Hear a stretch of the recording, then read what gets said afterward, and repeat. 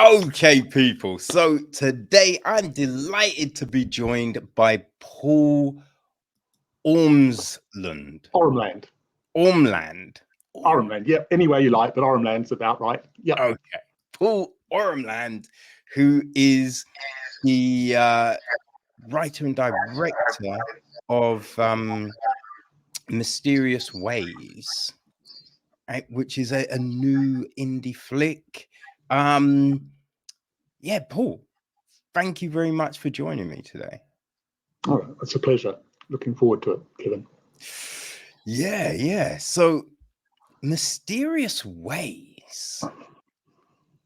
How did all of that come about? Oh, that's a big question. I've been working on it for a very long time. Basically, I guess, I was actually working on it when I spent much of the time in the UK, and a colleague of mine was actually doing a documentary about the split in the Anglican Church over gay marriage. And it was something that I was acutely aware of. I had been brought up in a very basic, in a fundamentalist Christian religion, and I guess knew firsthand some of the sort of pain and suffering that a lot of, gay people who have faith went through. And it was a subject that I just wanted to explore. So I started work on it about 10 years ago. Right. And it was really hard to get the script right. And I then shifted back to New Zealand and ended up working with a fantastic team of people down here. It was always a biracial, at its heart, it's a love story. It looks at the effect that the church's position has on the relationship of the two central characters. And it was always a biracial relationship. And when I came back to New Zealand, I'd grown up in New Zealand. I was very aware of particularly the Pacific Island, which is very conservative, very religious. Their community has a lot of gay Christians. So I went for a Samoan. There've been a lot of Samoans in the Adventist church where I was brought up, and then teamed up with another writer. It was co-written with a writer called Diana Fumana, who is a very respected New Zealand playwright, of Pacific playwright. And I also teamed up with an amazing production company called Sunpix and a producer called Nairi Fuata, who is also, and they're one of the leading providers of Pacific programming in New Zealand. And we had a lot of help from the New Zealand Film Commission to try and get the script right. We went through a million drafts, which most films go through, I guess. And we eventually got the film right, the script. I think the script was strong in the end. And we had some interest from international casting, because obviously to raise money for a film, you need big names, international casting. And the New Zealand Film Commission had just done a couple of gay films, and I think they just decided that they just didn't want to do another one, which was a great shame. So we had this great script. The big name casting obviously fell out once the Film Commission withdrew. And Nairi said to me, well, look, my mum sadly had passed away and left me a little bit of money, not a huge amount, but a bit. Nairi said, I can raise a bit more. And we just got out there, and she said, let's just do it, and it was an incredible experience. I mean, it's the lowest budget film I've ever made. This is my fourth feature.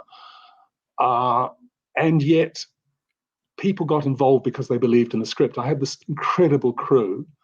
And we shot it in 16 days on an absolute shoestring budget. Most films take, 30 a month or even longer. We managed to make a film that I'm really proud of. I think it tells the story, and I've seen it. It's been screened in cinemas here in New Zealand and had a good response. TVNZ, which is the main broadcaster here, are going to broadcast it at Easter. And then around the world, in spring, it's opening in the UK and Ireland. And in the US, I think the same. So it's been rolled out, and, it's a small film, but it's definitely been a labor of love. But it's been, a real journey, and a very moving journey all the way through. Many of the people who got involved because of the issues, because of the themes of the film. and often had to struggle in terms of, I mean, Maureen, who plays an aunt. Is this all right, by the way? I'm rabbiting on, but No, it's all interesting, man. Keep going. Maureen, who plays the aunt, I mean, she's a devout Mormon who are not known for their inclusive, gay rights policies or how welcoming they are, and yet she said, look, I see what this is doing to my people, and I just feel it's really important that I do this, and I will be attacked for doing it. And she was very brave, and an amazing performance. I mean, at one point, she actually moved the crew to tears at one point. So that's I guess the answer. Now, I think an interesting thing with that is, right, because it's easy to say like a group doesn't like a certain thing, but I think you always find that that's not always the exact picture, right? There's always people within a movement that think differently, right? And usually more than one, but it's just people like to paint it as if everyone is that. So, you know what I mean? The fact that she, being a Mormon, was just like, nah, I'm down with this, right? I think it speaks volumes. Oh, no, totally. And in fact, one of the things, and it's been a strange journey because, a lot of, we rolled the film out here and seeing it in cinemas, and people have come up afterwards and said, look, I relate so much to this, and there's been some real enthusiasm. I wanted to make a film that wasn't just an attack on the church, and because there are a lot of gay people throughout the world who have faith and have to struggle with that. And indeed, it's a very broad, complex question. My parents remained deeply religious to the end of their days, and yet, particularly my mum, embraced my partner, who I've been with for 40 odd years, and somehow managed to sort of overcome all those prejudices. So, and yet at the same time, I'm finding we haven't been well received by some of the festival, the gay film festival circuit, and I think a lot of them just feel, because it's not an attack on the church, the vicar retains his faith throughout, and I mean, it is a burning issue, and it divides people. But you're absolutely right. It can be much more nuanced, and you have to respect other people's opinions, and learn to discuss things and persuade people. I mean, we're living in such strange times in terms of polarization, and I love politics. My next film is about a famous New Zealand politician, but I mean, you couldn't be more right. And that was throughout making the film. We even the crew, many of whom were Pacific Island crew, and some of them said, look, I'm devoutly Christian, and my church teaches this is wrong, and yet I really do understand and want to support it. And as you say, I mean, there's a huge range of attitudes, and I mean, you're absolutely right about that. Yeah, because I think when you look at it, you can definitely see that it's split within the church, right? You have the people that are for gay marriage, and then the people that are against it. But you never see anyone like really going at the Pope, because it's the person that's kind of controlling a lot of the things that are going on. But you never see that side of things, which I find, you have people going at like oil companies and just all these other things, but not so much a Pope. And it's just, yeah, go on, sorry. Yes. no, I'm just like, it's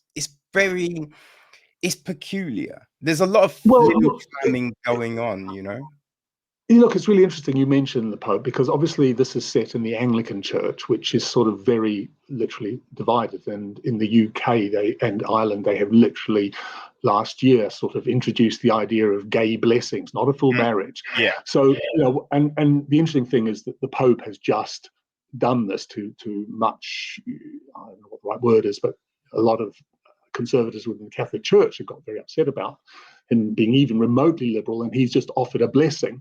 So you're still not allowed a marriage. It's still a sort of second class, and that's one of the lines. We don't want to be second class Christians. I mean, the Catholic Church, they don't even allow their clergy to be married. So, I mean, and look, again, it's really complex, this, because I did some work. I've always been interested in religion and its role in society. Although I call myself a spiritual atheist, if such a thing exists. But I remember I did some work in the UK with a Jesuit academic who ran this sort of University of London sort of theological college, and we did some videos for him. And he was the most liberal, enlightened, amazing man, and said, look, and he ministered to, he said, it was fascinating how Catholics managed to sort of combine all sorts of contradictory ideas. And but on the one hand, it's great that the Pope has at least, considered a blessing. The Catholic Church, it probably needs, modernizing in some ways, but I think the Catholics are not alone. I mean, you look at all the, some of the evangelicals across America and here in New Zealand. The evangelical movement isn't perhaps quite as big in the UK and Ireland, but it's definitely there. And the evangelicals are even worse. I mean, they just say, right, kick you out, excommunicate you, which indeed the Adventist Church did when I came out. They excommunicated me. But I cannot stress the sort of pain and the Catholic. I mean, just to put it into perspective, my father, who did his best to understand, and he was deeply religious, and I went to visit him just before he died, and he meant it well, but he said, look, I'm so sad that you're not going to be in heaven with me. And that was his belief, and that was sort of the last thing he said to me. And I'm sort of thinking, I know he meant it well, and he really believed that. And that was the saddest thing, that because I'm gay, I can't be in heaven with him. I mean, it's just such a sad, and I see, and I mean, you're absolutely right. I mean, the Pope, but I think, there's a huge split in terms of liberal and conservative, whether it's politically or religiously. And, I mean, the Pope, but I mean, here in New Zealand, just recently I met a young Indian who was here as a student, loving the freedom that he was exploring as a sort of young gay man, but then was desperate to stay, but couldn't stay and had to go back to an arranged marriage. And I sort of said, well, can't you tell? He said, well, if they didn't kill me, they would certainly kick me out, and it would bring great shame to the family, and it was just this whole. And I just thought, it's one of the things I regret in the film, that I wish I could have just expanded it out a bit, so that, I mean, there's a, anyhow, I always want, as a director, you always want to try and remake a film once you've finished it. Yeah. No, I covered a documentary a few years ago called, I think it was I Am Samuel. It was a Kenyan documentary. And like, I'm talking to the director, and he's just like, yeah, when we were filming it, we had to have spotters to let us know if the police were coming, because you could go to jail. It's illegal to be gay in Kenya. Yeah, well, I mean, they're talking about death penalty in is it Uganda, I think? Yeah, a lot of countries. And look, again, it's obviously British tradition and colonization and all of that, but also it is being fueled by and literally funded by big evangelical movements in the States, who are continuing to fund some of those extreme positions across Africa. But to go back to what you said right at the beginning, when we were talking about how nuanced it is, I mean, in a way, it's really interesting, because I think, and again, it's one of the things I'm really proud of in the film, one of the characters in the film is called Billy, who comes to visit the vicar and his partner. And Billy is, down here we have it's a Samoan term called whawhawhine, and it's very much to do with their traditions before colonization, where within the village, and I'm not an expert on this because I'm obviously not Samoan, but Diana was, and the characters that played Billy brought character to life in an amazing way. And whawhawhine in the wider world is what one would call trans, but it's not straightforward trans, because they very much see themselves as a third sex. It's more complicated than that, but it goes back into the cultural traditions that were before colonization, and it explores, in religious terms, a much broader view of sexuality, and it's absolutely fascinating. And one of the things that is amazing in mysterious ways is Joe, who plays, and I originally had written the character of Billy as in a more traditional trans sense, whereas Joe, who came to do the casting, was never how I saw the character, and yet just brought this amazing sensibility, which and I'm really proud of, and some of the Pacific people who've seen it have said yes, this really captures it, and it's a beautiful performance, and it lifts the film, and it works opposite the central the central love story, and obviously Billy has a big role to play, and there's a bit of a mystery about him, but I don't want to give away the ending. Yes, it's funny because there's a similar thing within the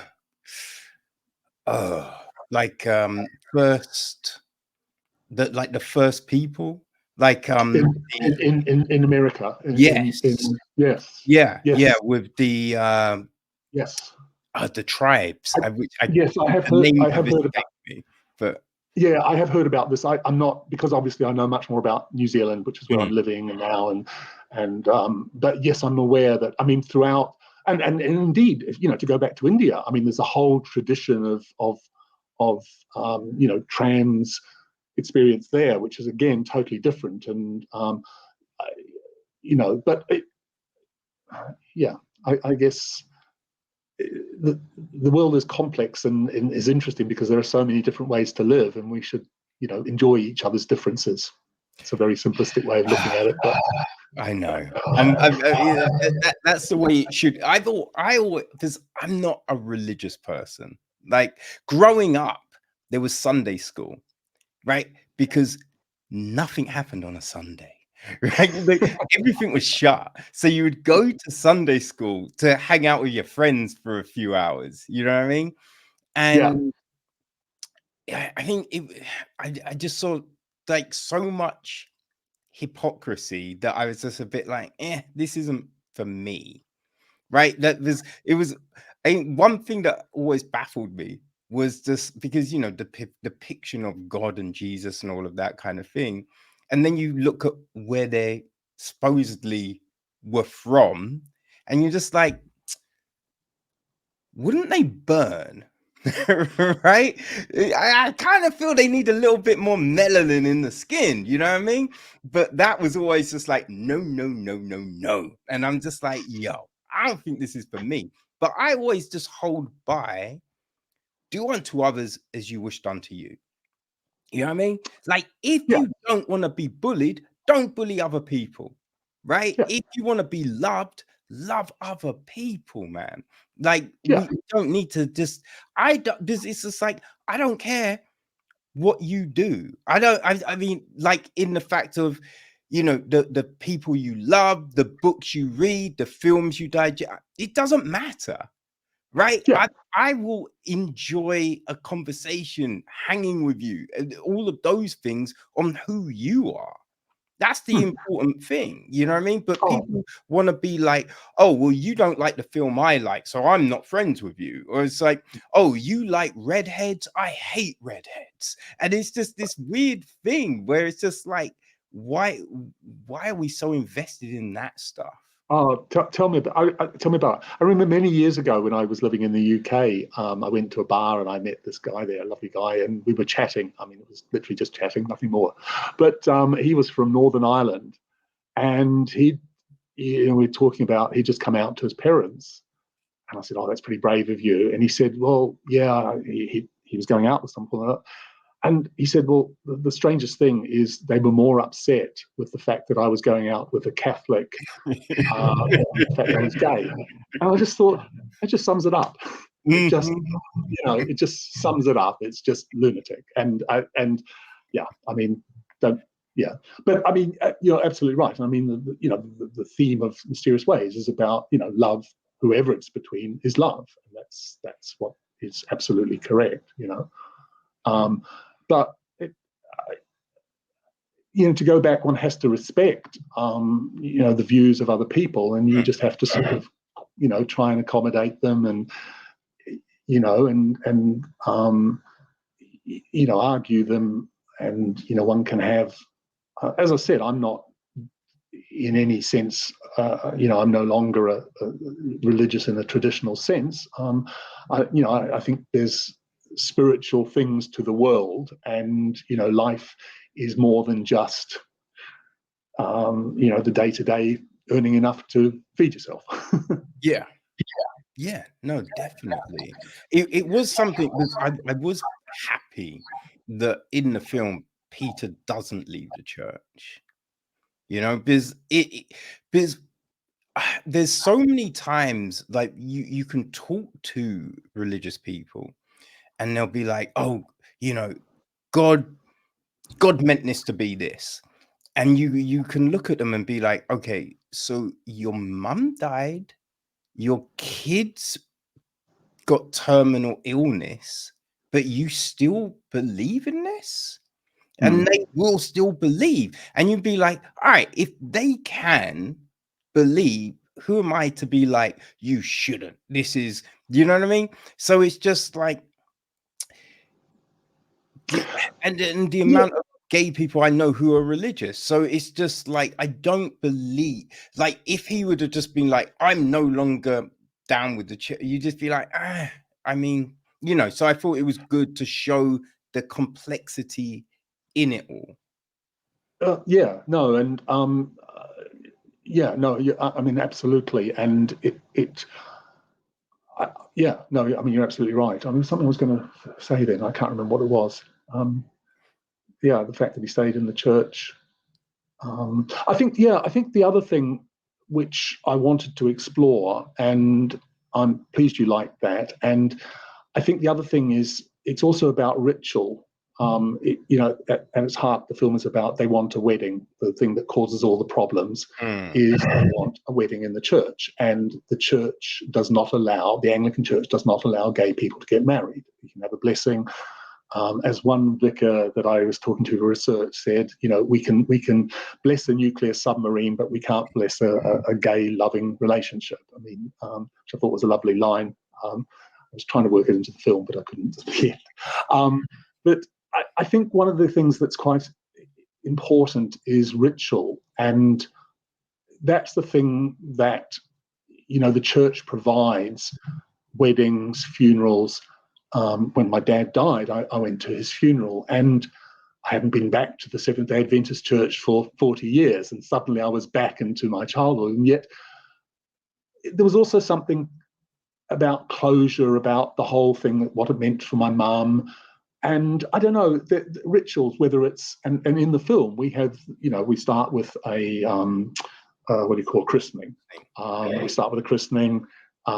There is a marriage, and possibly a death. I'll leave that to I don't want to give the end of the film away. But so I think the church is useful for ritual. It overlaps in different ways, and it's the way one gives meaning to things, which I think is fascinating.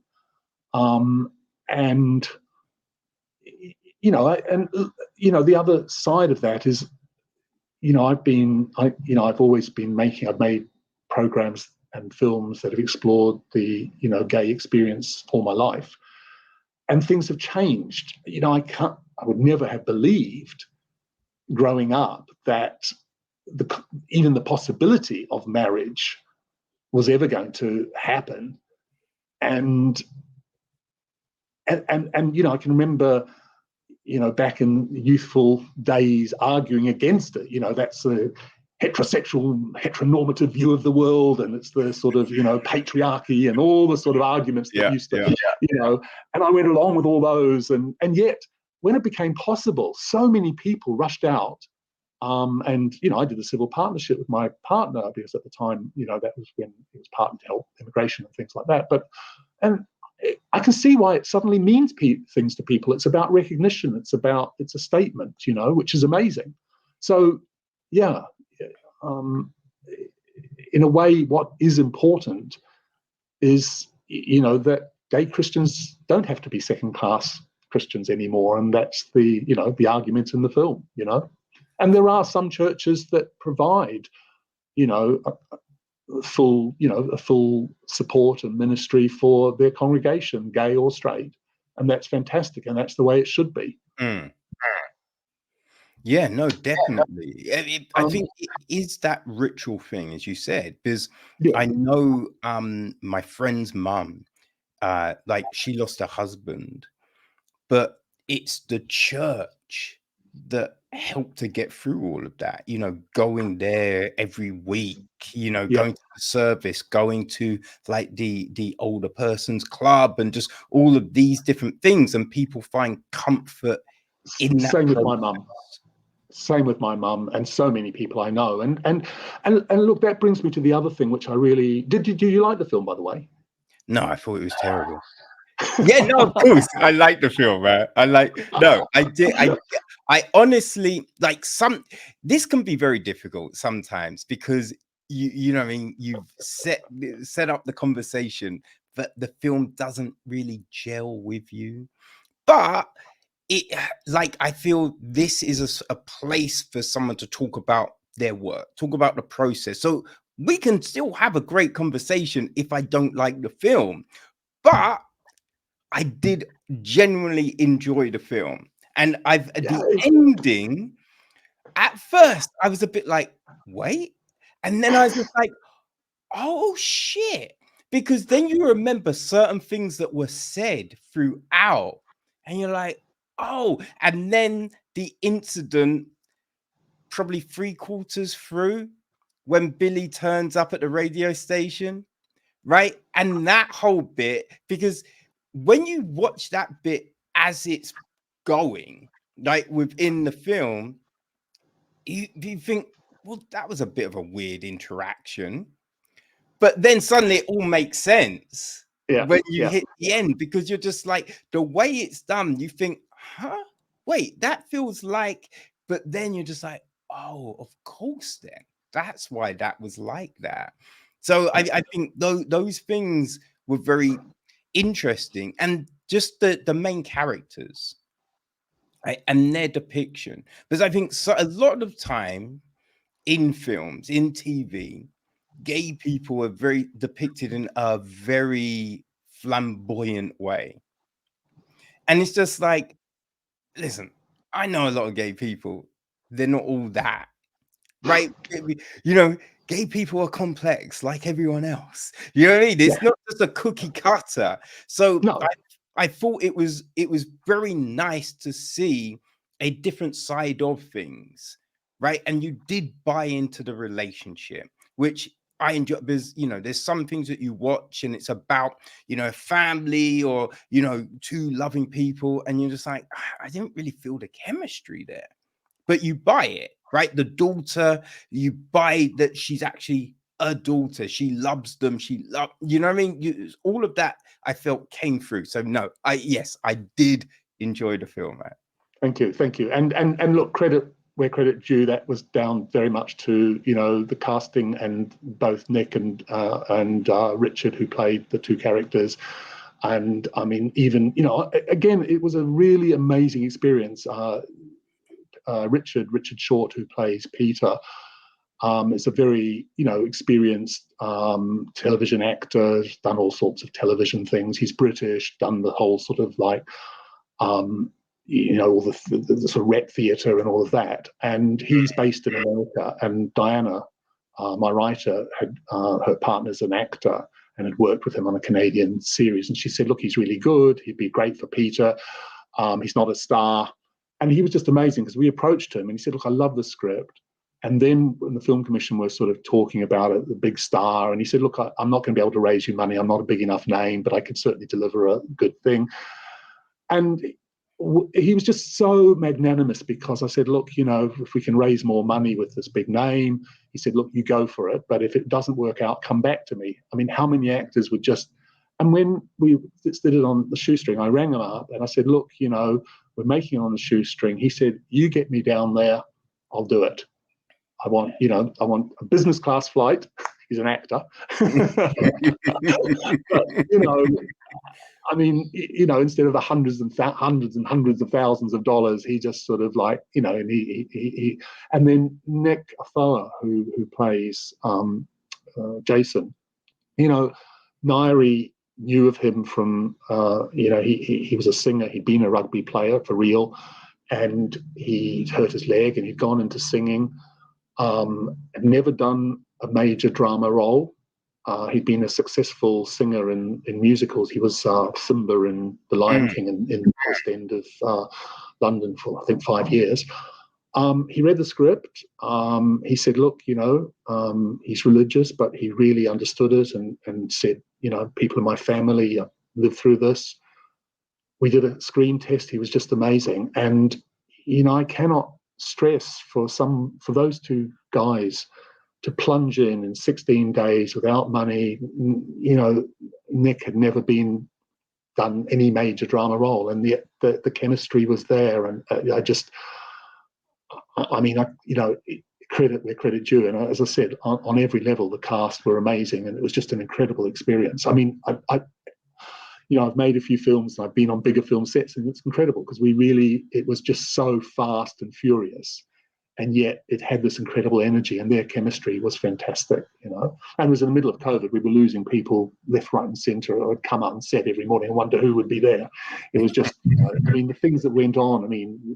Joe, who plays Billy, got COVID the week before we were due to start filming, so we had no rehearsal. I'd never met Billy till he arrived. The COVID cleared the day before our last day in a location. He arrived on set when I'd met him here, brought him up for a casting. Obviously, he lives in Wellington. He had a big bushy beard. He was nothing like Billy. I met him the day before. He hadn't been shaved, nothing. They hadn't put him in costume. I said, "You're going to manage this?" He said, "Don't worry, I'll manage." He's only 21. Next day, he walked out, and there was Billy. It was just, and we just plunged in, and because we were so short of time, we had to shoot 12 minutes with him on the first day. He'd never even met the other guys, and yet somehow we found it. It was a really weird experience, and I hope it shows. For a little film made for literally, budgets of films are normally millions. Well, this was just a few 100,000, So it was amazing. Yeah, no, it's always a testament, right? When you speak to a lot of indie directors and people making these films, and the fact that they're able to pull it off on these shoestring budgets, and we had huge support from both the actors, but also interestingly, and it goes back to what you said at the beginning about it's much more nuanced. The Anglican church we filmed it in, the vicar there, Claire, read the script. She loved it and said, I'm going to help, and just gave us that space and provided all the costumes, advice. She rang the bishop to discuss it, and he said, "Is the script?" She said, "Look, there's a drag show at the end in the church. Is this going to be all right?"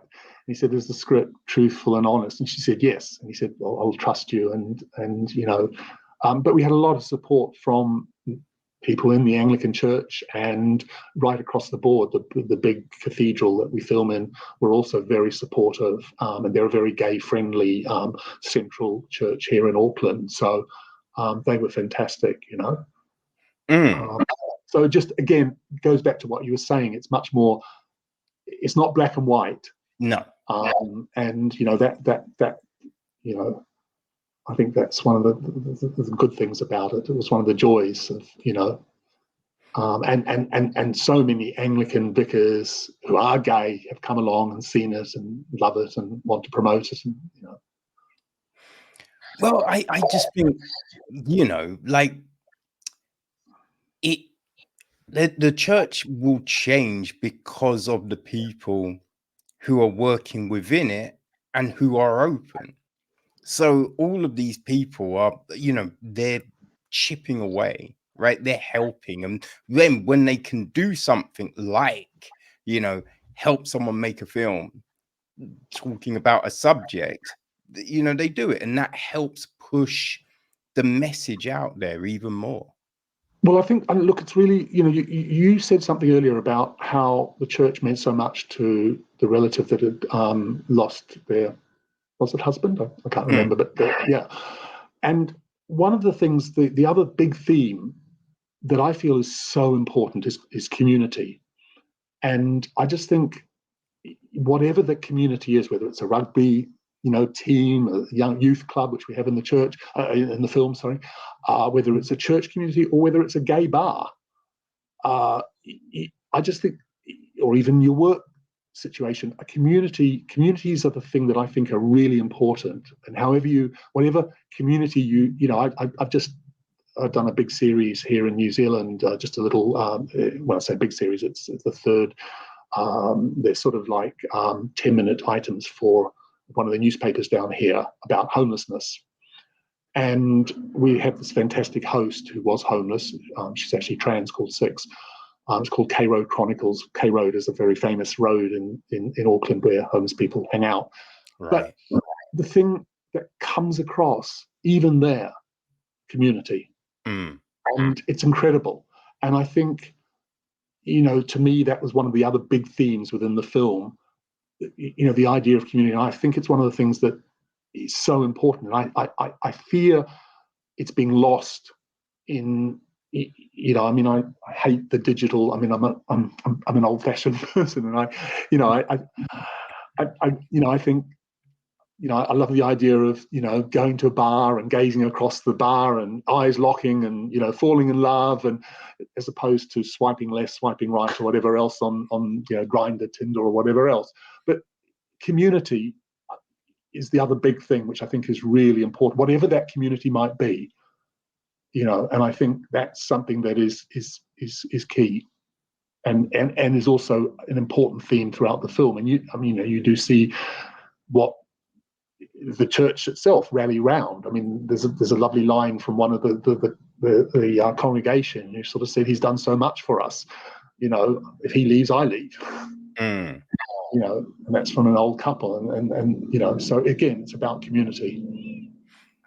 Yeah, no, I think you see it, right? You see it in so many different ways throughout life, and it's when people try and live in these silos, that's when we have the problem, right? I just remember hearing Greta Thunberg be like, "I'm not going to talk to Trump when he was president," and it's just like, look, you might not like someone, but only through conversation can you move anything forward. Yeah. So to be like, "I'm not talking to this person, I'm not talking to that group," I think you're really stifling the things you're trying to do, Totally. And are you from, where are you from? Are you from London or Ireland or London?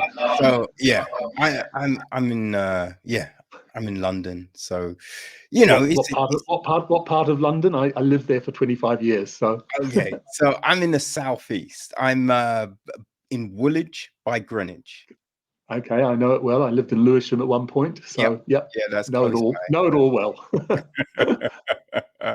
Which is, it's very diverse around here, which is very important about anywhere I live, because I grew up in Orpington, right, in Kent, and that right. not diverse. You need to say no more. Yeah. You need saying no more. And yeah. And yeah.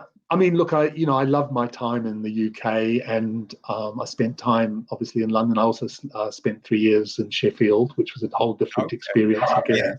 Yeah, very different. And I mean, London is obviously a melting pot and a big cosmopolitan city with all sorts of where people do interact. Sheffield, interestingly enough, was far more divided, and certainly Orpington is, yeah. But yeah, no, it's. But I think the interesting thing is that the what you're talking about and the rules and the ideas and the themes apply whether you're in Auckland, London, America, or I suspect most places in the world. Yeah, I mean, in different ways.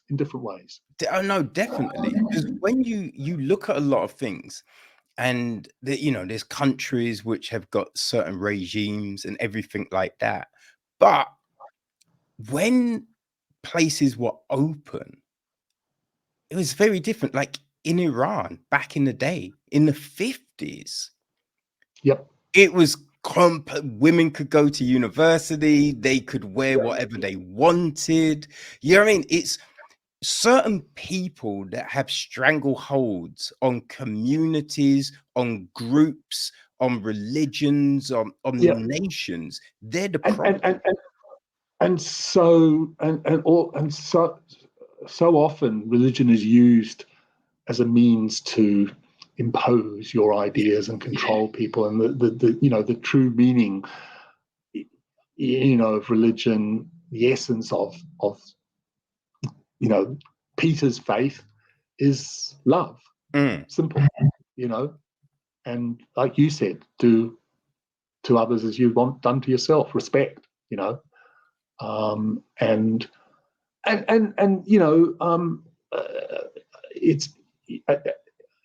It's bound up with our history. It's bound up with so many things, and the strange thing is religion, or faith rather than religion.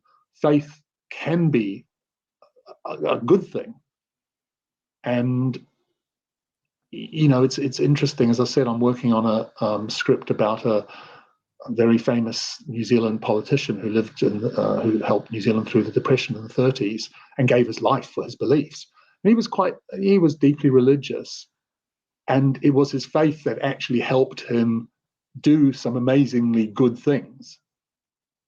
And you have to sort of like, I think it, faith when it works well can be fantastic, but when it's used immorally, wrongly, that's getting into, I guess, interesting areas of doctrine and theology, which is fascinating. But it still comes down to that sort of weird split between the sort of liberal and conservative, which I think seems to be, and there's a slightly alarming swing back towards towards the more conservative in the world at the moment, which I think is a bit sad. And look, don't get me wrong. I think sometimes the liberal side can not listen, as you just said. Greta saying, "I'm not going to talk to," they're all evil and wrong, and how dare they? That doesn't achieve anything. So, no, it's it's weird times at the moment, and we do seem to get these peaks and troughs, these turns to one side and then drastically to the other, and then we end up in the middle again. So I think we can see how it goes. I think if level heads prevail, we should be okay. I love history. I've done a lot of work in history programs over the years, and you don't know what's going to happen, and things in the last century went terribly wrong. And I don't want to be alarmist, but back then, particularly, it's really interesting in the Second World War, they just had a big First World War, and everyone was saying, war to end all wars was the First World War. We're not going to do it again. It's not going to happen. And I'm quite sure they were very adamant about, this mustn't happen. We want peace in our times. I mean, the Americans tried to stay out, and Chamberlain went off to appease Hitler and all of that. But I mean, so none of those people set out to have this huge world war, which was so destructive. So, like you say, wise people prevail. But I just, the times feel scary. I'm not quite sure why, and I don't know. I just feel, in a way, I think it's partly, things, the pandemic, the COVID thing, nobody saw that coming.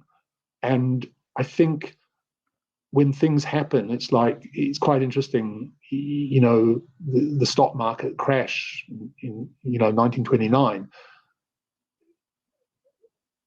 was unexpected and perhaps not a direct cause of the Second World War, but something terrible could happen which would just shift that sort of focus the wrong way, and that's quite scary, but I hope, all I can say is, I focus on the things that and understand, and for me, telling the story in mysterious ways, is a call for religious tolerance, and that's all one can do, because that's something I know and understand and explored with the help of the people I worked with. But the bigger picture of the world, I do find quite frightening. I don't want to be sort of negative. I'm ultimately an optimist, and but I do find it just feels uneven. Something feels slightly wrong at the moment. I mean, you've got your election coming up, and but as I said, it's a strange world at the moment. It feels strange, I mean, it definitely is, right? We're walking on a very slippery path, and when you look at history, just the things that have happened in the past, in the near and the distant past. Yeah, I think we can learn a lot, but it's one of those ones where people just seem to be repeating these mistakes over and over again. So, you sort of book bannings. I mean, banning books. When did that last happen? Well, actually, the 1930s. That's when That's when they last had a great big bonfire burning books that were upsetting. It's like, hang on a sec, this is a bit bonkers. Yeah, and yeah, I mean, something doesn't feel quite right, and I'm not clever enough to understand it all, but who knows? Who knows? But down here in little old New Zealand, it's a good place to be. Well, I mean, you do have Middle Earth, right? So, I mean, when Middle Earth is involved, it can't be all bad. No, it is. Look, New Zealand's a lovely place, and it ain't perfect, but we muddled through, and even the sort of, again, another thing that I'm really proud of on Mysterious Ways is it's a biracial relationship, and certainly Samoan people who've seen it feel that it accurately reflects their experience of that, and that's very much down to the input of Diana and Nairi and indeed the cast. But I think one of the good things about New Zealand is that, although it isn't perfect, it is a multiracial society, and we sort of, we fight together, but we get along together as well. So, and I think one of the things in the UK that I recall, as I said, I spent time in Sheffield, and also I spent 4 months working on a thing in Bristol, which was even more. And there's a huge black population in Bristol, and yet I never saw it. The whole time I was there, I never saw it. And and even in Sheffield, again, there's a big, all sorts of diverse populations, and yet a lot of the time I just found myself in quite. Whereas in New Zealand, it's much more, you rub up against people. It's much more integrated in a way that I think is quite healthy. London's slightly different, I think. London, London, I think, is just such a mix of people that you're forced to interact. But I think the separation that occurs in some places is quite sad. And New Zealand ain't perfect, but it's got a reasonably good record in that field. Well, I mean, I think it's always interesting looking at the difference between New Zealand and Australia, and how, you know what I mean? Like, you're on dangerous ground here. You're on dangerous ground, Kevin. Well, the whole voice referendum thing, and when you look at the whole Pacific Islander, Maori situation, and how it's different in New Zealand. Yeah, I mean, it's kind of crazy. It feels weird. Well, I'm not going to say that. I better be careful here. What I say. My sister lives in Adelaide and has been there for many years, and and look, there's a lot of rivalry between New Zealand and Australia, and when it goes back and forth, it's very much like Ireland and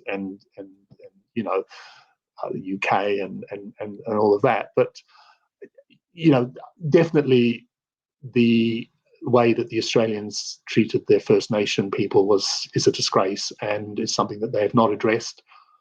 And it's Australia has its own. It's a fascinating place, but it's a very different place to New Zealand. I mean, not just in terms of its history, but also even geographically. When you go to Australia, I mean, it's a desert, whereas New Zealand is a beautiful green, lush. I mean, the countryside. You said Middle Earth, but I mean, it is beautiful. New Zealand. There's some lovely places in Australia, but the vast. It's a very different. It's that hot, huge desert. I mean, I've driven through the centre of Australia, and it's an amazing experience, but it is just this vast desert with nothing there. Whereas New Zealand's this nothing much here, but lovely trees and lakes, and it's a very beautiful. It's still underpopulated, but there are particularly South Island. So have you not been? Have you been to Australia or New Zealand? No, it's funny because I have no interest in going to Australia, right? But I've always wanted to check out New Zealand. And then when Peter Jackson did Lord of the Rings, I'm just like, even more reason to go. And my girlfriend, like when we first started talking, like, because, she loves Lord of the Rings too. And she has a similar thing, like no interest in Australia, but wants to go to New Zealand. So, I feel New Zealand with Hobbiton and all of that could be a location for the honeymoon. We're toying with different things, but a trip there at some point is definitely. Well, you've got to come, Kevin, and look, I'll take you and your girlfriend out to some good places, and I can give you a whole list of fabulous, obviously Hobbiton, but there's lots of, as a place to visit. New Zealand's fantastic. I mean, it's got good transport, it's friendly, it's got beautiful scenery, great food. I sound like I'm working for the New Zealand Tourist Board, but I mean, honestly, and look, if you come, obviously you've got my email, and you must. I mean, I'd love it if you did, and it's a long way to come. And if you are planning it, do email me, because I can tell you tricks in terms of travel. I've done it a million times backwards and forwards over the years. But it's definitely worth a visit, and I mean, please come. It's a lovely place, and I can't think of. I mean, there are lots of lovely places. I mean, my brother lives in France, which is totally different again, and there are lots of lovely places in the world. But New Zealand does have some things that are unique, and that you can't find elsewhere. And part of that's also cultural. I mean, the Maori influence here is huge and has informed, as indeed to some extent also the Pacific, particularly in Auckland, Pacific influence. But and we have a huge Asian influence now. I mean, right across, a lot of Malaysians, fantastic Malaysian restaurants, Chinese, Indian, and again, that's enriching the country in a really interesting way. So it's a dynamic place. It wasn't when I grew up, but since I've been back, it's transformed itself, and it's a dynamic place, and is competing against Australia. I think much like Ireland, we're making some great little films. They do the odd good thing in Australia, but we're punching above our weight. I'd like to think we are. Oh, for sure. Isn't Tata Waititi? Not just Peter, but people like Taika, done some amazing things, and yeah, I mean, there's some really talented filmmakers and new ones coming up down here, and writers, yeah,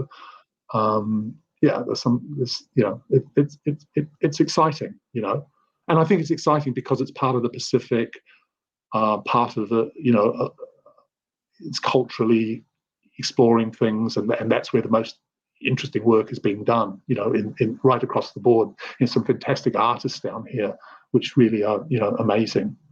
I mean, there's some really exciting stuff happening, actually. But anyhow, I digress.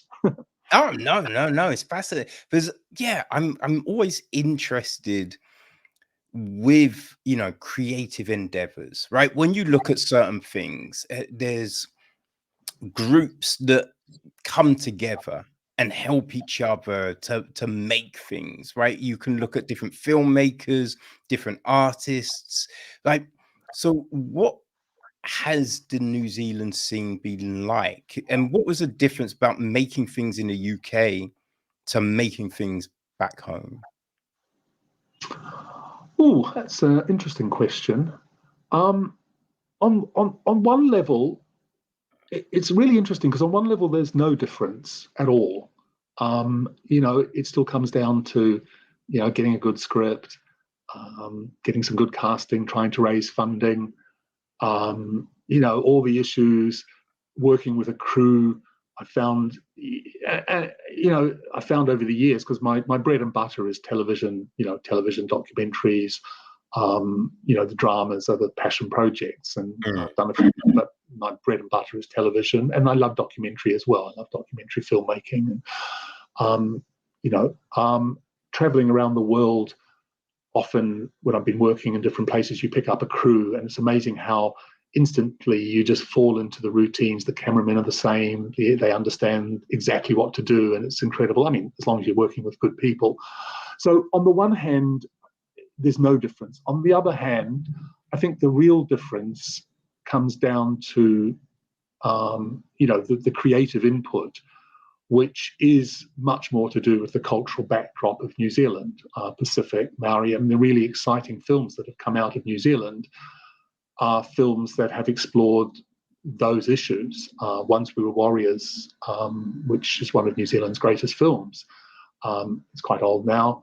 Most of Taika's work is Boy, which is a lovely film. I love the early film of his.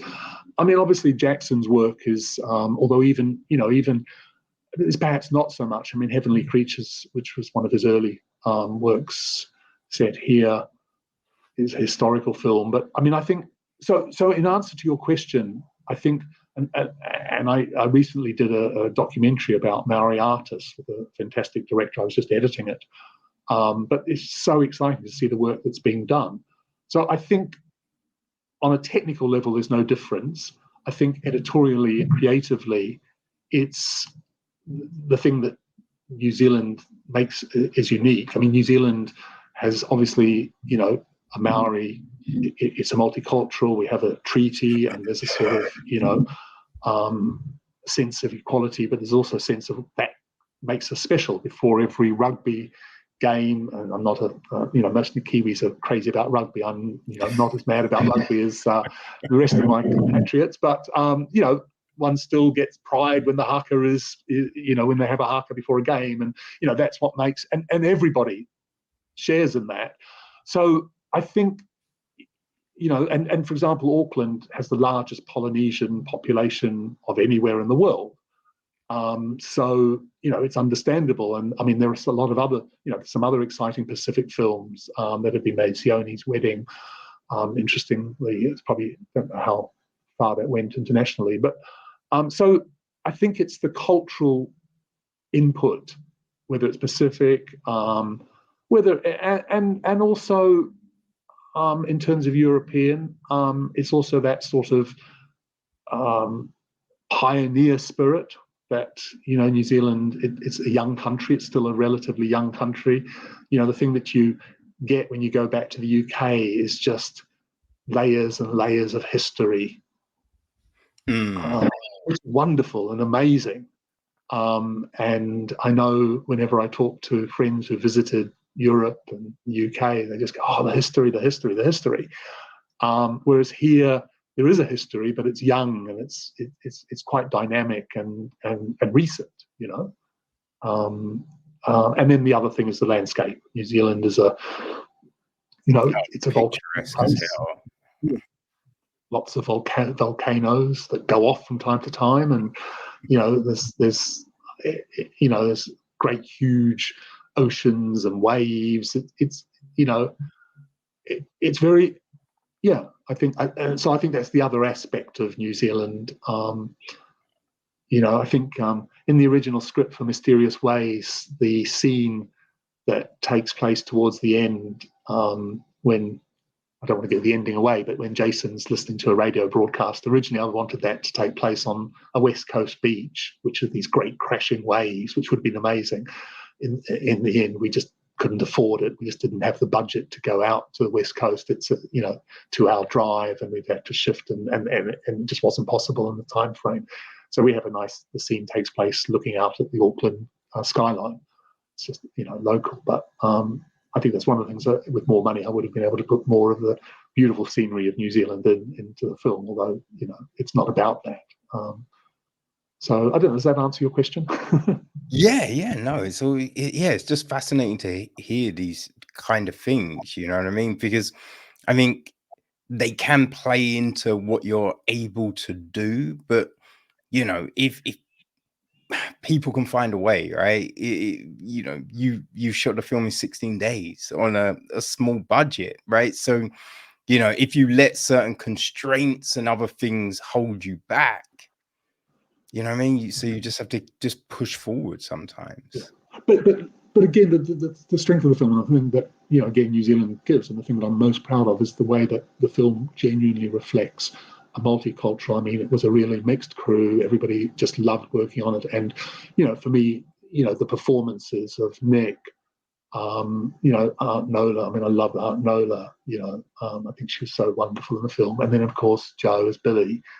I just think, and even the lads in the youth club, they're all great. But I mean, for me, it's the strength of the people, which is universal. But I mean, it's the truth of those characters that I'm that, and it's down to the team as much as I think directing. I was asked about, there was a strange little interview I did the other day with something about 5 things that you're supposed to wish you'd been told when you were starting out or something. Right. And it was like, and I think I remember saying, well, one of the things about directing is let everybody else do all the hard work and then you take the credit for it. So, and I think in this case it really was. I mean, obviously I worked hard and really proud of what I contributed, but the input from people like Maureen and Nick and absolutely Nairi, who as a producer just said, we're going to do this, and she brought a Pacific flavor to it in a way that was magical. And I think we were working so hard and fast I didn't have the time to screw it up. We had a very fierce costume designer called Liz, and I remember the scene of the christening, which takes place right at the front. We had to shift the schedule around because of the COVID and Billy, and she came roaring into where I was setting something up, and she said, "You haven't told me we're doing this christening right away." I said, well, you've got the costume, they can just wear jeans. And she just glared at me and she said, these Pacific people, they would not go to a church in jeans. How dare you even consider this? You're just going to have to wait till I get this sorted out. And of course, she was absolutely right. It's what gave the film authenticity. And I'm so frightened of her. I just went, yes, yes, yes. We managed to sort of schedule something else in, and she went off and found the relevant good clothes, and we got it right. But that was down to having, the right people, and it's those details, which I just think is magical. I mean, it's a small film, but I'm proud of what we managed to do. I'm aware that, there aren't that many films made for so little that, that managed to sort of tell the story. And as I said, I've seen it in the cinemas where it did move people, and that was really beautiful. And I love what you were saying about the end of the film, that you got it. It's difficult to talk about it without giving away the twist. It's not a heavy twist, but it is, and it's very central to the film. It's very central to the beliefs in the film and what informs. And there's some lovely stuff from Maureen in the scene in the dress shop where she's talking about Fafafini and Billy sort of asks her and shows us some of his drawings in the scrapbook, and it's interesting what we're touching on there. Yeah, no, for sure. Now, with the thing with the costume designer and the christening scene, yes, one thing I'm interested in, because I think you gain so much wisdom over time. So when did it become clear to you that it's so valuable to take all of these people that have come together to do this thing, to take their knowledge on board, the things that they bring on board? Because I can imagine people when they're starting out, you could come in because of the magnitude of what you're doing, right? It's just like, well, I've got a vision, we're sticking to that, this is what we're doing. And so you kind of want to shut up. No, you're going to interfere with my vision, this is what we're doing. But when you listen to someone and take on board their feedback, it can just strengthen what you're doing. So when did that kind of coalesce to you that this is the way to move forward? Look, that's a really key question, because it was always my project. It's something that I stuck with over a long time. There's another writer that worked on it early on who's got a story credit, Adrian in the UK, Adrian Hewitt. And we brought in a younger writer at one point as well, with some help from Film Commission. I think the answer to that, in short, was very much the writing process. Is when I first realised, that as a biracial story, it's important to have, a Samoan writer. And Diana was much more experienced than me. For me, it's quite easy because I'm not as experienced as a drama. When it comes to documentary, it's probably different because I've done so many. But as a drama director, I'm not as experienced as someone like Peter Jackson or Taika. So I really rely on people who've done it before, who are more experienced. And it's complicated because you do have to keep a sense of vision and what it is you're aiming for. And you do get, particularly from the funding side of things, often creatively, I found, when I sat down and worked with Diana and, or Liz, the costume person, but particularly working with, Nairi, my producer, we just always agreed. And it was almost like shorthand, because we were both, she understood it. She brought, it wasn't, we never argued the whole time. We never had a single argument from beginning to end, which is amazing. And very early on, she read it. She said, I like this. I want to help make it. She'd done a beautiful little short film. This was a big chance for her, and I'm so pleased it's worked out. And I think she's a wonderfully talented producer. She's working on some new film projects, and I hope to work with her again. I think, but it is a really interesting, and I think, there are times when, I mean, there are some interesting, it's interesting because I think the whole directing thing, there's a lot of, and rightly so, a lot of, you know, what's the word, respect, and, you know, the director is God when it comes to making a film in some ways, but not always. And I think even big, famous, successful directors, sometimes, you know, when they stop listening to people, they get it wrong. You know, I mean, dare I say it, you know, Kubrick, who's one of the greatest directors of all time, Eyes Wide Shut, not the greatest of films. No, it wasn't. And, you know, and that's because he was trying to do something he didn't understand. I think, you know, the answer to your question is, you know, work with people who understand what they're doing and listen to them if they're, you know, knowledgeable. But keep sight, Mysterious Ways, I always knew it was a love story. I always knew it was a love story between Peter and Jason, and I kept sight of that. And we went through, you know, funders often pushed us in different directions, and that was very problematic. And,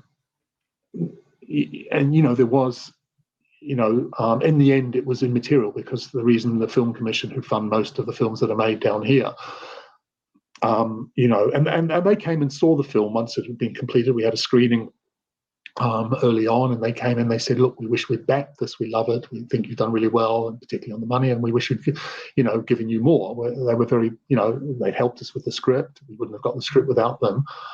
And the reason they didn't fund it, as I said, is I think they just, you know, there's a limit to what they can fund. You know, so it was just one of those bad luck things. And there's no guarantee if we'd had big funding and we'd worked with, you know, a bigger star. For me, Richard brought Peter to life in a beautiful way, and that's what we, you know, I wouldn't want it any other way now. You know, that's right. But in answer to your question, I think it's a good question, and I think it's really important just to keep your eye on, you know, what the central core of things are, and just work with people who share that, and then it'll work out.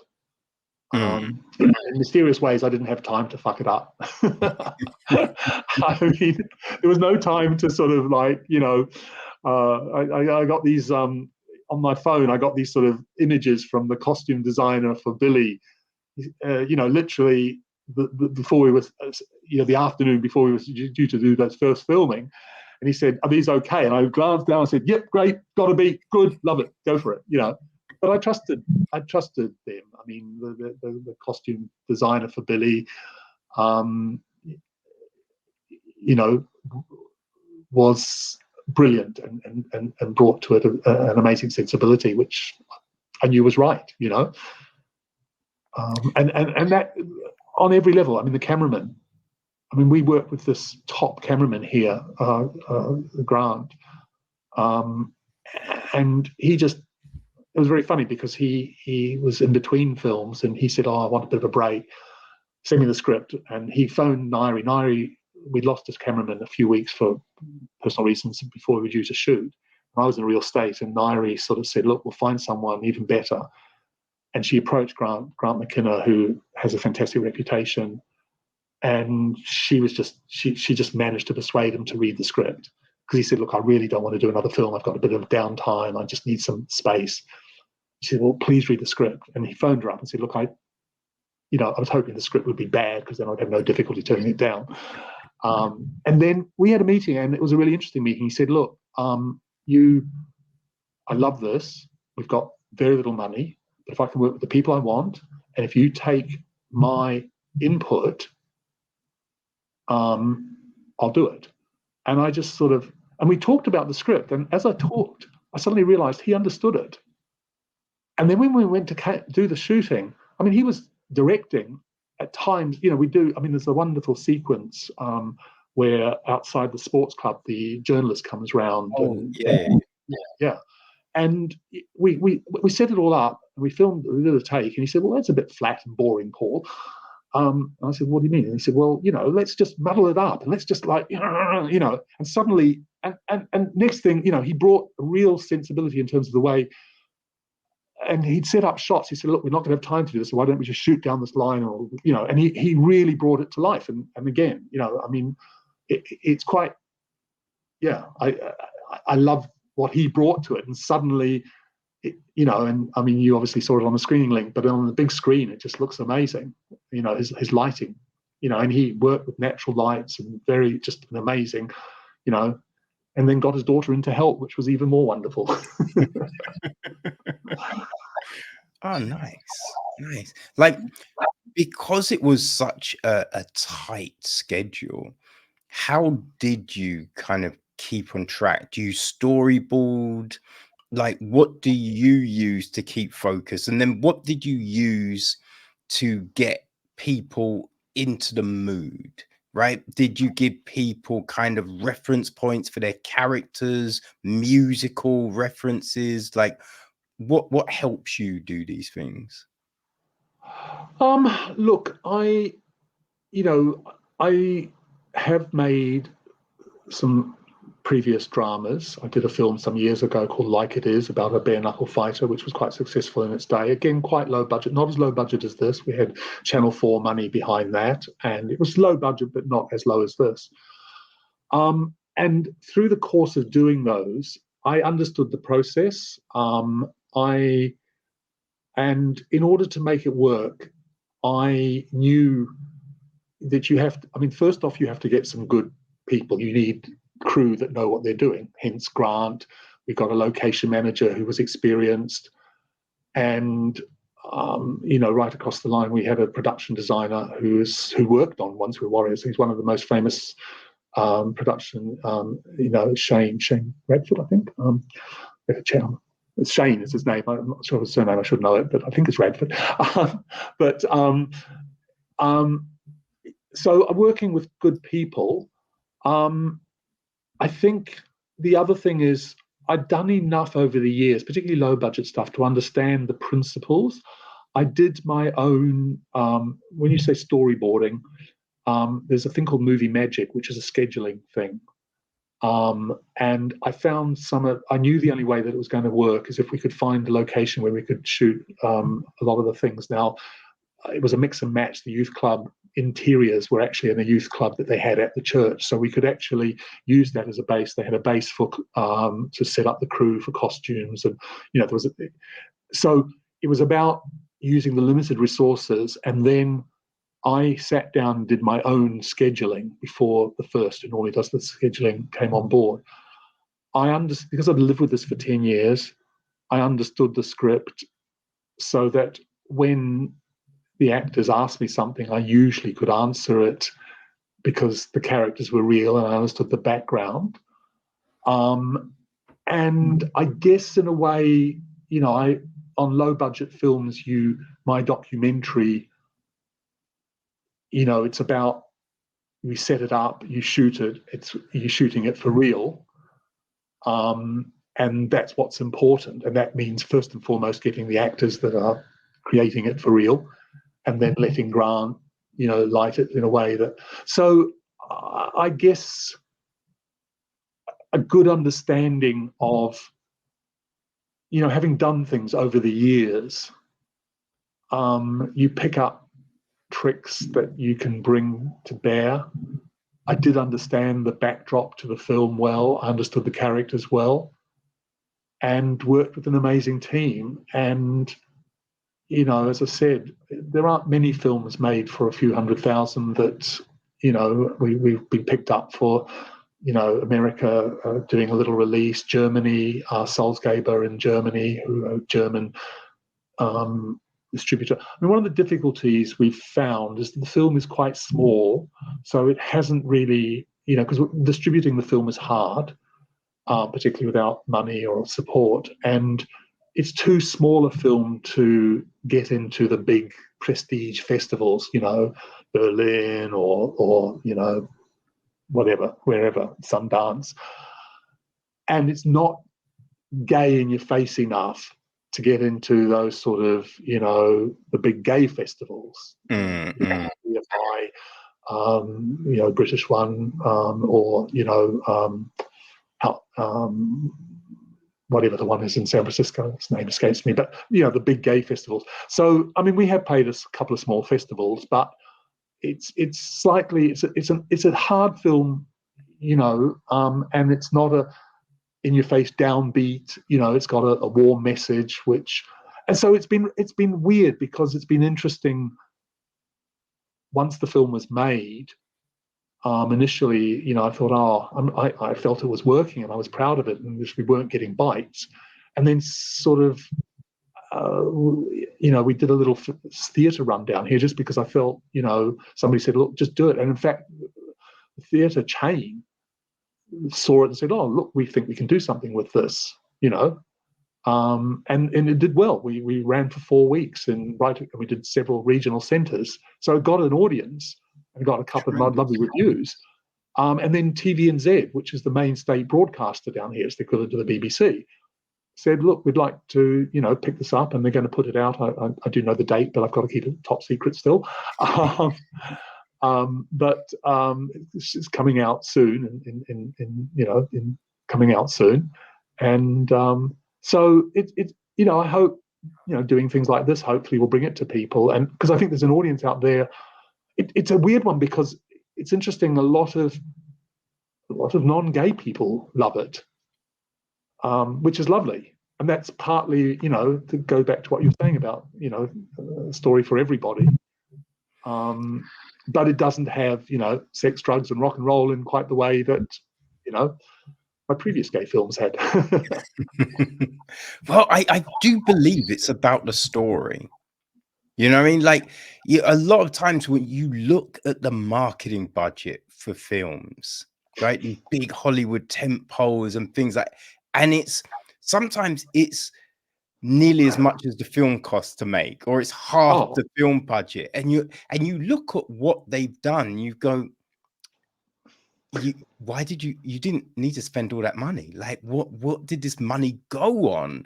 But when the story is good, I don't need to know who's in it, right? If you just tell me the bare bones of a film and I'm like, yo, that sounds great, I don't really care who directed it, who's starring in it. I'm just like, I want to see that story. So when people see a good story, it could have gay characters, it could be animation, it could just be an animal film. Like, people will come. You know what I mean? Absolutely. I love animation. And funny enough, I'm just watching a Netflix thing, it's a very Mary at the End of the World or something, which is this really strange. Yeah, that's I put that in my list the other day. I do want to check that one out. Yeah, no, it's zany and out there and just completely fresh and original. And which again is what I think is fun about, look, it's hard because without star names, it's very hard to get noticed. Yes. And you're competing. I mean, it was interesting. Outfest, that's the big Los Angeles gay festival, and the previous guy that used to program it is a friend of a friend, and he watched the film and said, "Look, this is fantastic. It's going to struggle because this." Just to give you an idea, we have over 1,000 films submitted every year. We can take 30.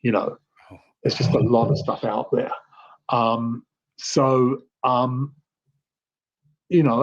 But Nairi, my producer, said, look, it will find its audience. And, Michael Artistical in the US are putting it out there in the next couple of months. And they're doing a fantastic job. Tom is talking about a spring release in the UK. And, he markets films. He has a company called Peccadillo who specialize in LGBTQ plus material. And then, as I said, the Germans. And, I'm also it's going to be interesting to see down here when it goes out on national television. There are a lot of people who will find the film, weirdly enough, controversial. And it's interesting, there was a review that I saw somewhere where they were alluding to this because, the idea that God is going to bless a gay wedding upsets some people. So, and particularly, as I said, in New Zealand, it'll be interesting to see it on a broadcast the mainstream broadcast network. I mean, I suspect it'll be late at night, but it's great to see them get behind it. They loved it. I mean, they were really enthusiastic. They even paid us a tiny bit. It doesn't hardly cover much, but we actually saw some tiny bit of money come back.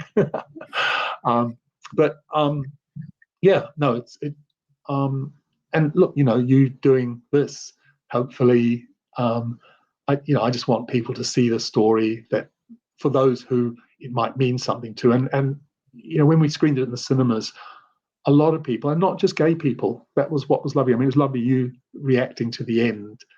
And when you said the fact that Peter doesn't leave the church, which isn't really giving away the ending, but I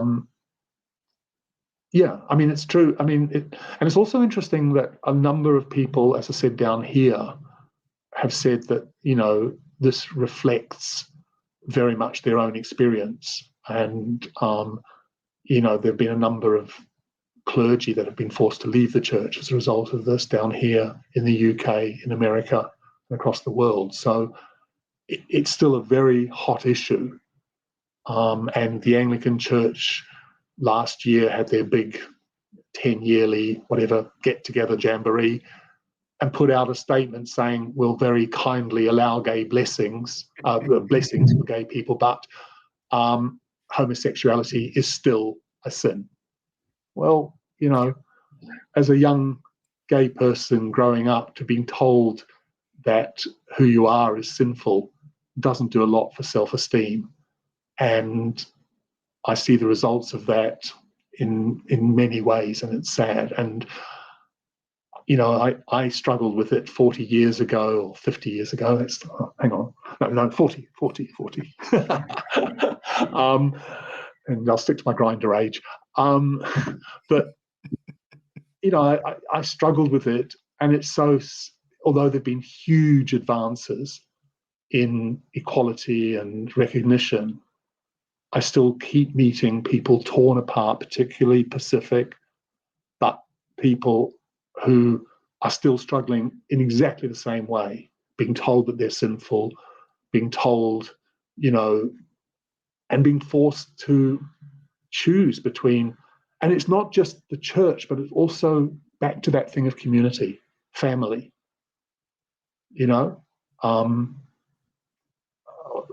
Literally, one of the people I was working with on the film said that their family had split up last year over this very issue.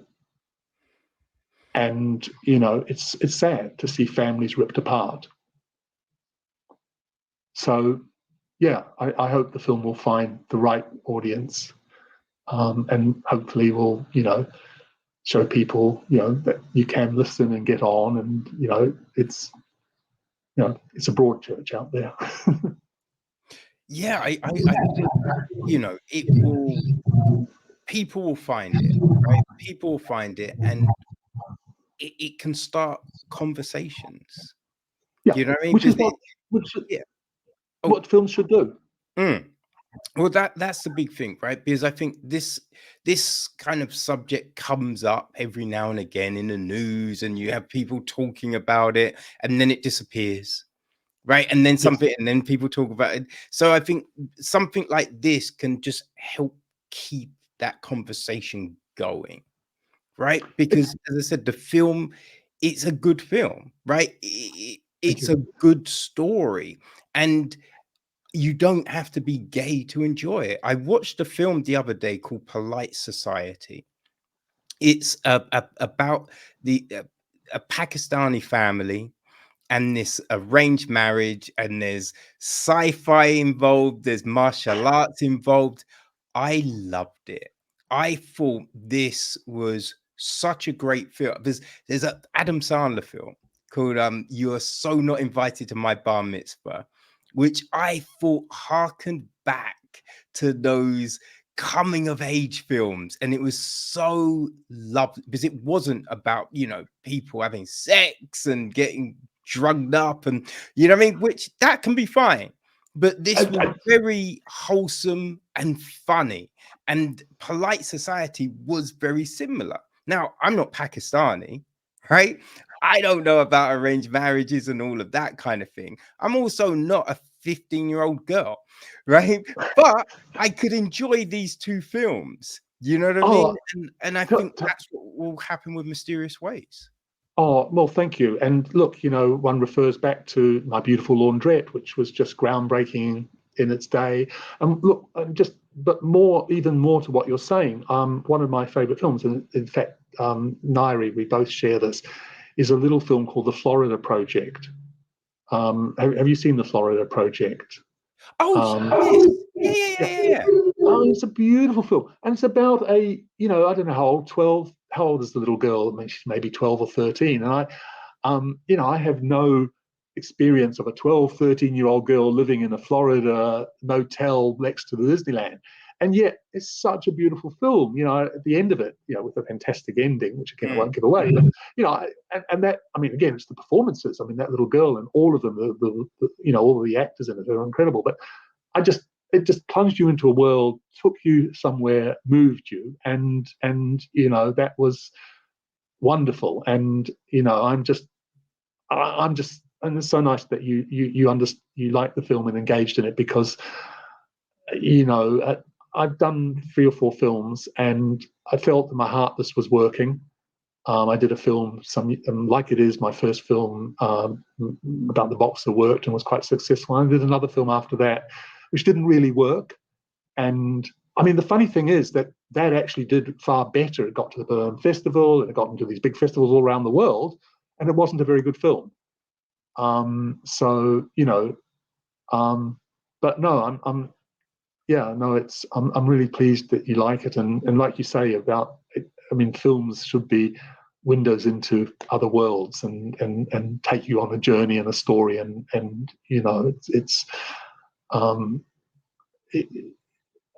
mean, it was touch and go to pull it off. I haven't told you some of the other harebrained. I can tell you very quickly. We had the very last day of filming, after the grueling 16 days. We only went overtime we couldn't afford it. We didn't have the money for overtime, so we only went a couple of times. But the last day we had a very big shoot, which was a very big musical number, which you obviously have seen. And Joe was playing Billy. We'd filmed in the afternoon all the close-ups, and then there was a big audience coming in at the end. Joe was doing a bit of rehearsal, and somebody tapped me on the shoulder. I turned around. He said, "Oh, I think your star is in troubles," and he'd broken his leg. And we still had a whole series of things to film with him. He was in agony. He passed out, and in fact, he has a number of underlying health issues, which I vaguely knew about. So I was freaking out.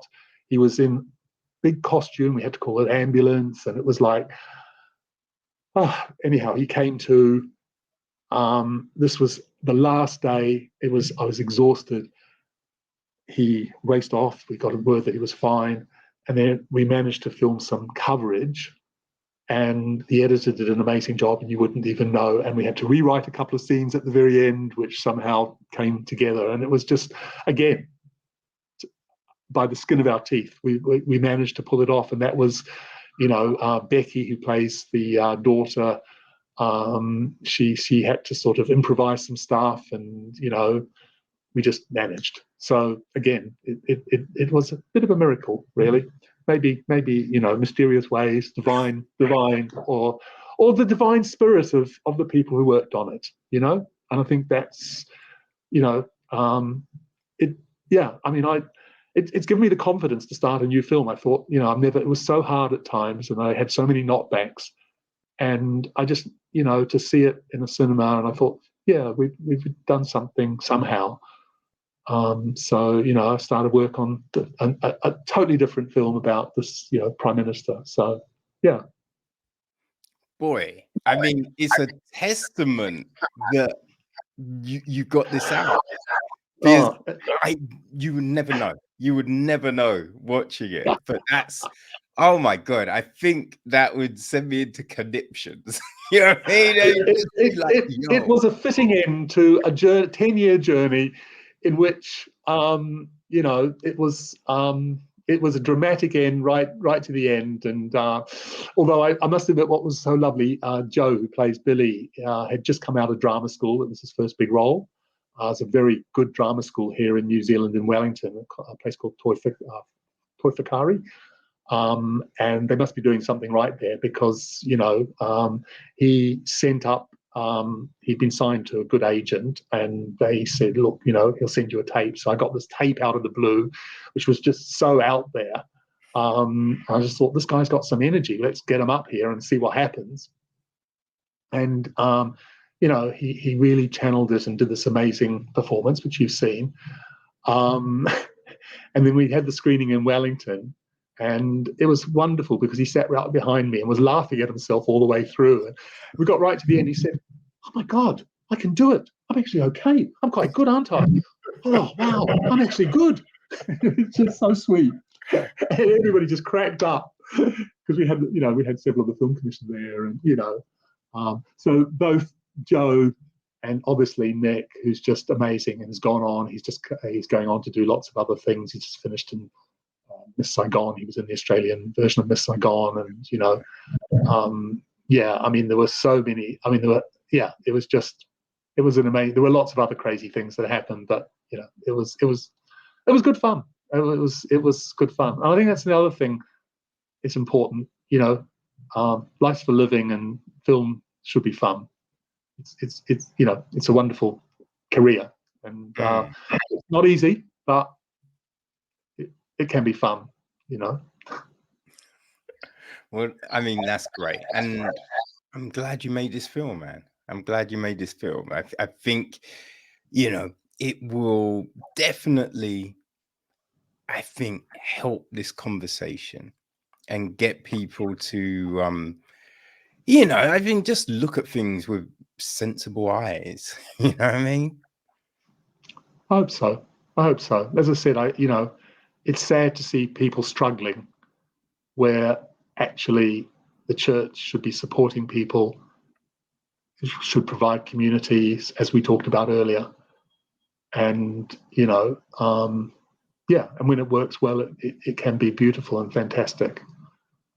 And ultimately, family, community, and love are universal and are what it's about, Definitely. Most definitely. You've got to come to New Zealand, Kevin. No, definitely. I'll take you and your girlfriend. What does your girlfriend do? She works in banking. Okay. Yeah. Cool. You come down here, mate, and I'll introduce you to some of the people down here, but more importantly, send you off to Hobbiton. My partner worked in Rotorua in a bed and breakfast for many years, and so he was always sending people up to Matamata, which is where Hobbiton is, and I'll definitely, there's plenty to see, plenty of the Middle Earth stuff as well, but there's lots of other good things as well, and some new stuff, So, awesome. Sounds great. No, we will definitely be over sooner rather than later, I imagine. Excellent.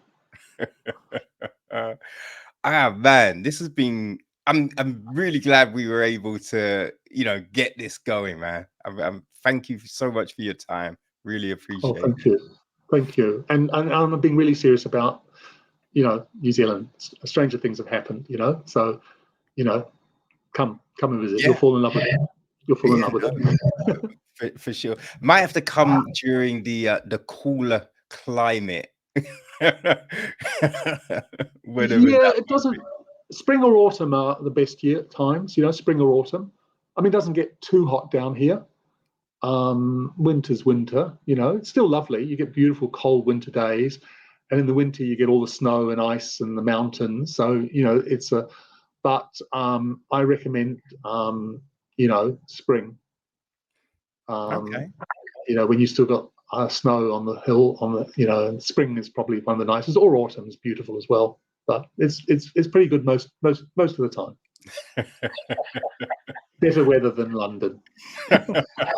Oh my gosh, it's so cold right now. It's so Yeah, cold. I lived there for 25 years. I know it well. It doesn't get that cold down here. Awesome. Oh gosh. Paul, let people know where they can find you. What's social media handles, website, all of Oh that kind of God, jazz? I'm terrible with all that. We have we have a website, Mysterious Ways, the Film New Zealand, which I think is that's the website. Yeah. And then it's really, I'm on Facebook, Paul Oremland, my name. Paul Oremland Filmmaker, I think, is my Facebook handle. I'm really bad with social media. We have somebody who looks after it. But Mysterious Ways, the Film New Zealand, I think is, and obviously just Google it. People can Google it. And then my name, I'm on Facebook as Paul Oremland Filmmaker, I think is actually the handle for my sort of film work. And then, certainly, hopefully there'll be more publicity about. I mean, if you go on to Rotten Tomatoes, IMDb, there's stuff about it, and hopefully when in the UK or in America and indeed Germany, when things are going out, there'll be hopefully publicity about it. I think the idea is to launch it pretty much over the next 3-4 months and into the spring in the UK. And I think in the next couple of months, Kelly, who set this up, and I mean, they know about all these things. I just do what I'm told. But just Google us, Mysterious Ways, and as I said, my name and Facebook, and obviously love to hear from anybody, and spread the word. Well, you heard that, people. All the links will be on the website, so go there and you can go check out, the film, Paul, find out when it might be released in your neighborhood. And, you'll be able to send Paul a message. Let him know how you found it, how you enjoy his filmmaking, documentary making, all of that jazz. So people, go give Paul a follow, go check out the film and the website. And, hope you've enjoyed this conversation. Fantastic. Thank you. Hey, no, thank you for your time, man. Really appreciate it. Awesome. No, that's fantastic. All right. Do we say goodbye? Do we say goodbye now? Yeah, you take it easy, man. Come and visit. Seriously, Kevin. Awesome. Thank you. Thank you very much. All right. Fantastic. I enjoyed Thanks, it. man. It was lovely. Lovely. Thank you. Awesome.